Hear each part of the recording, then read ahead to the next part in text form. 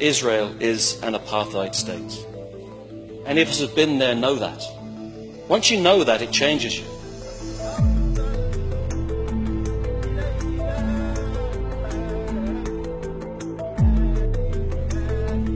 I witnessed with my own eyes the crushing indignity of a Palestinian community cut off from their water supply so that it could be diverted instead to support an Israeli chicken farm.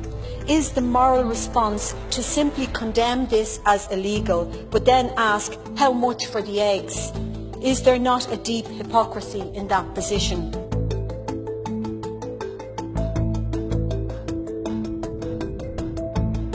I've seen the results of the bombing of hospitals, of schools, of sewage treatment plants. It is appalling.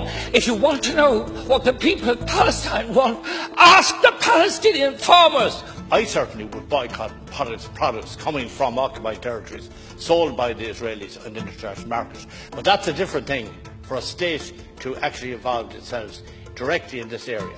So I advise caution.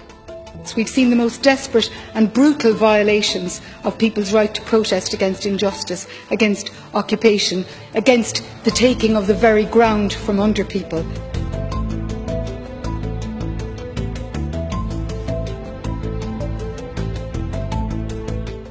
Nelson Mandela came, he said what made the practical difference on behalf of the Irish people was definitive action from the people, was a boycott, was solidarity.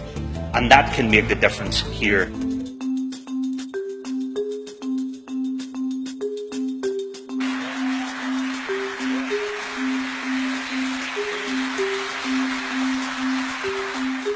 I think people are maybe a little bit scared of leading on something like this, and that's why I think it's vital, it's absolutely vital that Ireland leads on this. And my hope is that, like what happened back in the 80s, around the apartheid regime in South Africa, it was Ireland that led two women, Dunnes Stores workers, who decided to not receive South African goods into the shop and went out on strike because of it. And it's that kind of stuff, and I'm hoping that this legislation will have the same impact across Europe and across the world, and will show a lot of solidarity to the Palestinian people. Currently, it's the darkest moment probably in the history of the Palestinian people. With the rise of Trump, Israeli settlements are taking over our land, water is being plundered, and people are being killed on the Gaza border. We know under international law that these settlements are illegal. So what we want to do is just ban goods that are coming from these illegal settlements. Like a lot of things we've done in Ireland, the world will follow suit, Europe will follow suit, to see that a small country like us can be forward thinking in the way we handle business on the international scale. Thank you, Ireland, for standing with Palestine. Thank you, Ireland, for standing with Palestine. Thank you, Ireland, for standing by Palestinians, and we love you, Ireland. Thank you, Ireland, for banning settlements goods.